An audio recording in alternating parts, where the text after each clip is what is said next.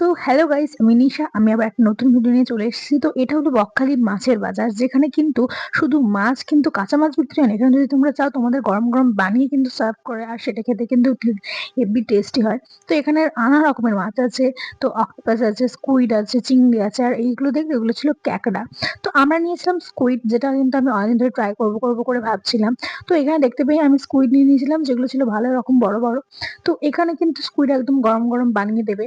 তো আমি ওই ভিডিওটা নিয়েছিলাম, দেখো কিভাবে রান্না করছে কাকাটা। প্রথমে কিন্তু গরম তেল ঢালে বসিয়েছে, তারপর ওর মধ্যে দিয়ে দিয়েছে স্লাইসড করা অনিয়ন, তারপর দিয়েছে হয়তো ওটা জিঞ্জার পেস্ট, তারপর দিয়েছে সল্ট, আর এইগুলো ভালো করে একটু ফ্রাই করে নিচ্ছে যাতে খেতে ভালো টেস্ট হয়।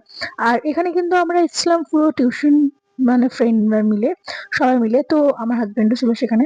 তারপর দিয়ে দেয় স্কুইড, আর এই স্কুইডটা খেতে কিন্তু সত্যি অসাধারণ ছিল। তারপর দিয়েছিল রেড চিলি পাউডার, আর এটা দিয়েছিল টার্মারিক পাউডার। তো এগুলো সবকিছু ভালো করে দিয়ে ভালো করে কষে তারপর দিয়ে দিয়েছিল হয়তো একটু জল। আর ওই দিয়ে কিন্তু হচ্ছিল একটা চিংড়ি মাছ ভাজা, যেটা আরেকটা কাস্টমার অর্ডার করেছিল। আমরাও খেয়েছিলাম ফ্রাইড চিংড়ি, বাট ওটা এত বড় ছিল না। তো এটা ভালো করে হচ্ছে।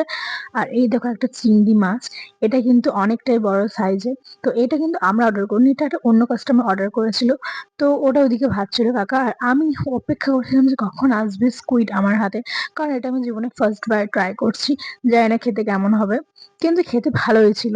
তো আমি ফার্স্ট অভিজ্ঞ নিয়ে তো বুঝতে পারলাম যে এটা খেতে কিছুটা মাটনের মতনই লেগেছিল আমার।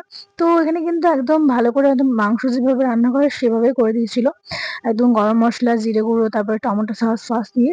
তো খেতে কিন্তু আমার ভালোই লেগেছিল। তো ফার্স্ট বার যেহেতু আমি ট্রাই করছিলাম, তাই কিন্তু আমি আমার হাজবেন্ডকে বলছিলাম প্রথমে খেতে যে কেমন। তারপর ও খেয়ে বলে যে ভালো। আর এটা একদম দেখো ধোঁয়া বেরোচ্ছে গরম গরম, আর ঠান্ডাকালে কিন্তু এরকম ধোঁয়া ওঠা খাবার খেতে খুব ভালো লাগে। তো আমি প্রথমে একটা স্কুইডের মাথা নিয়ে নিয়েছিলাম, সেটা দেখছিলাম খেতে কেমন হয়।